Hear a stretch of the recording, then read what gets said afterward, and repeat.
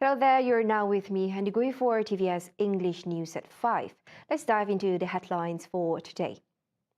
The third edition of the International Conference on Science, Social Science and Humanity, ICOSSH 2023, took place at the Park City Avali Hotel in Bintulu today. The event was graced by Sarawak's Premier, Dato' Patinggi Tan Sri Abang Johari Tun Openg, who also officiated the event. This significant gathering of experts and scholars from various fields highlight the importance of this international conference in fostering academic exchange and advancement in the realms of science, social science and humanities. Adlina Rahman has the report. Thank you, Handy. I'm currently in Bintulu, Sarawak to attend the opening ceremony of the International Conference on Science, Social Science and Humanities, ICOSSH 2023, for the third edition, which was held earlier this morning. The ceremony was officiated by the Premier of Sarawak, Dato' Patinggi Tan Sri Abang Johari Tun Openg. And in his speech, the Premier said that Sarawak government will continue to support the Kursi Tok Nan research, which involves research on the ethnics in Sarawak. He noted in his speech that it is important for Sarawak to know about its ethnic strengths and weaknesses in order to develop a strategy as we move towards the green economy. Also present, the Sarawak's Minister of Tourism, Creative Industry and Performing Arts, Datuk Sri Abdul Karim Rahman Hamzah. I guess that is all I have for you, Handy. Stay tuned for Utama TVS for more in-depth on the reports for today. I'm Adlina Rahman and VG Awang Azmil. Back to you. Thank you, Adlina, for the updates. Now moving on. As of 9 a.m. today, the last Temporary Relief Centre, PPS, located at the Bulu Balui Multipurpose Hall, has closed its doors as flood conditions in Limbang have improved. The State Disaster Management Committee informed that 8 victims from 3 families have been allowed to return to their respective homes. These flood victims are the residents of Kampong Batu Danau and Kampong Panda. In a significant development poised to open new doors for travellers, Sarawak Transport Minister Dato' Sri Lee Kim Shin said the eagerly anticipated SIBU to Singapore flight route is expected to commence operations in the second quarter of 2024, while also increasing flight frequency for the Miri-Singapore route. The initiative, which stems from the collaboration between the Ministry of Transport Sarawak MOTS and key stakeholders, including Singaporean low-cost carrier Scoot and Singapore Airlines SIA, has been designed to enhance connectivity between Sarawak and the bustling hub of Singapore. For example, Miri, the oil and gas industries, business travels, because there are also business travelers who travel from Scoots to catch connecting flights by SIA and to fly international from Singapore. Lee emphasized that Cebu's appeal lies in its rich cultural heritage, unspoiled landscapes and promising economic prospects. With the introduction of the Cebu to Singapore flight route, Cebu aims to become an even more accessible destination for travelers from Singapore and beyond. This route is expected to cater not only to tourists interested in experiencing Sarawak's natural beauty, but also to business travelers looking to leverage the region's economic opportunities. He further added that thus far, there are 3 flights between Singapore and Miri and daily flights between Singapore and Kuching.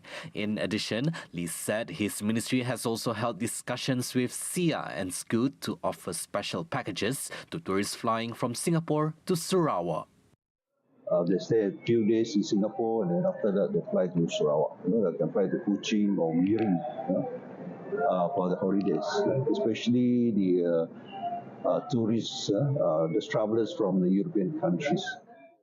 Adding to that, Lee said this exciting development aligns with the government's continuous effort to position the state as a vibrant and attractive destination for both leisure and business travelers.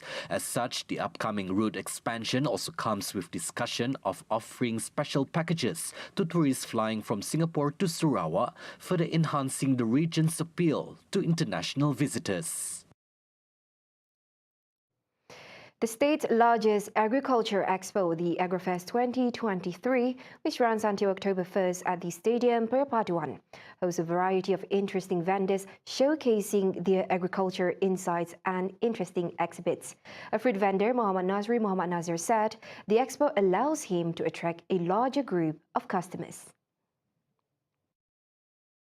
Alhamdulillah, saya kata program AgroFest tu yang terbaik lah, membawa para petani, pekebun, peladang keluar produk-produknya masing-masing lah.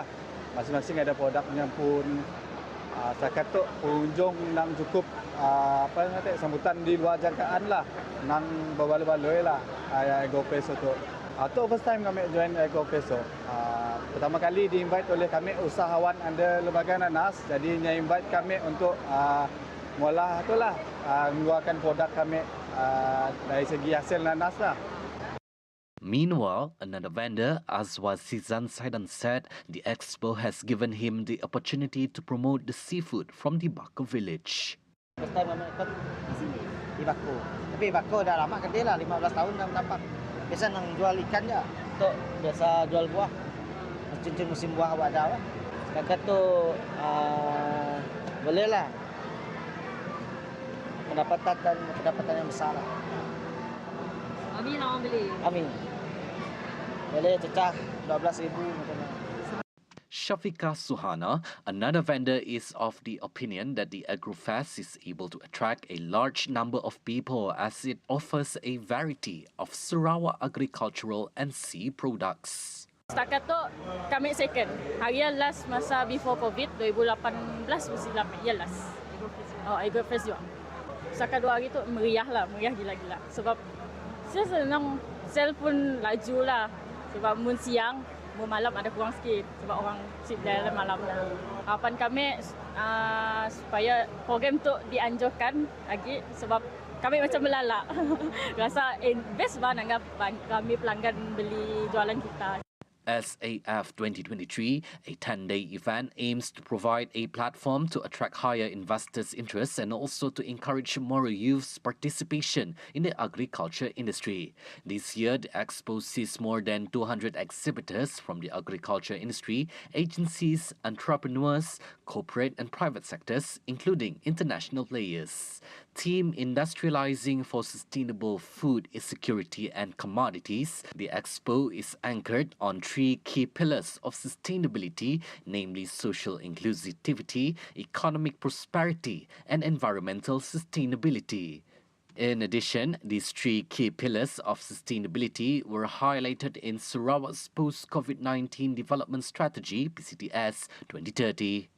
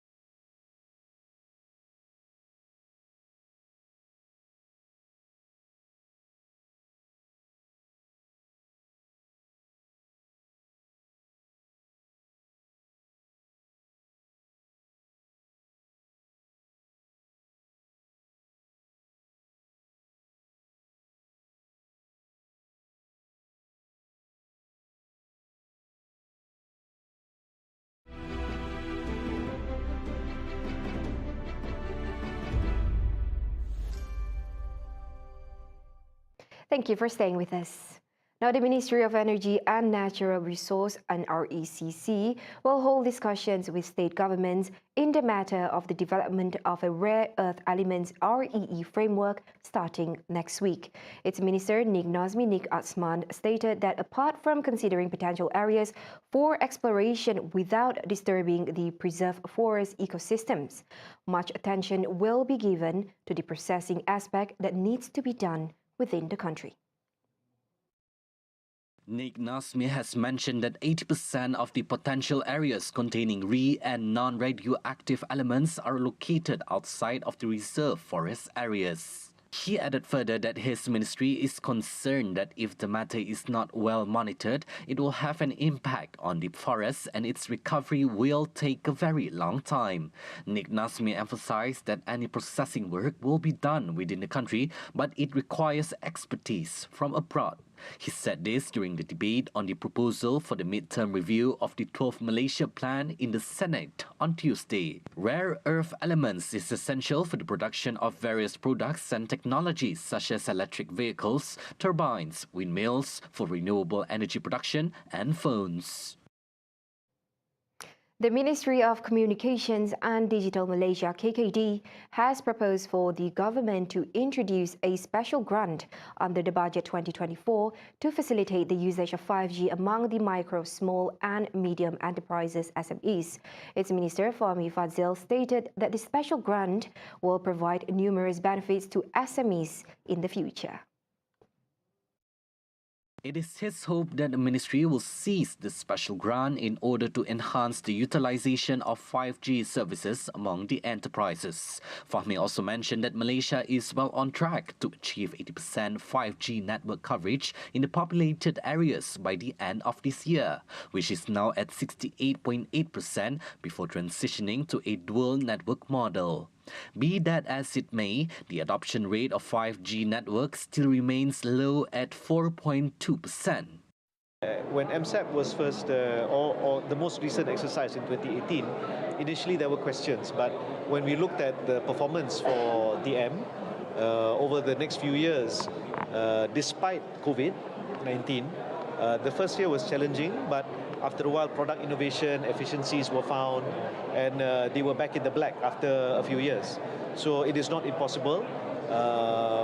The position of the administration is we want to help more Malaysians get not only better, faster, more stable, but also cheaper internet.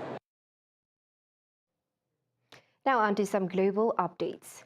Following the monastery siege in Josevic that left 4 people dead, the authorities has called on Serbia to surrender the escaped Serb gunmen. It was believed that the gunmen stormed the village on Sunday, trading gunfire with the police officers for hours before eventually barricading themselves into the monastery. Now, following a police operation to regain control of the area, the standoff between the gunmen and Kosovo authorities finally ended on Sunday night. It was estimated that at least 30 gunmen were involved. However, it remained unclear the number of gunmen that had escaped during the sweep. Serbian President Aleksandar Vučić said the motive behind the siege was to rebel against Albin Kurti, Kosovo's prime minister who refused to form an association of Serb municipalities in northern Kosovo. Meanwhile, Kurti said the attack and ensuing firefight marks one of the gravest escalations in Kosovo for years, following months of mounting tensions and stalling talks between the government in Pristina and Serbia. Similarly, the United States condemned attacks on police and urged the governments of Kosovo, an ex-Serbian province with a 90% ethnic Albanian majority, and Serbia to defuse decades of antagonism. The Serbian government officials did not immediately respond to requests for comment, and as of time of reporting, the village remained sealed off until further notice. Those were the updates on TVS News at 5. I'm Handy Gui. Thank you for watching.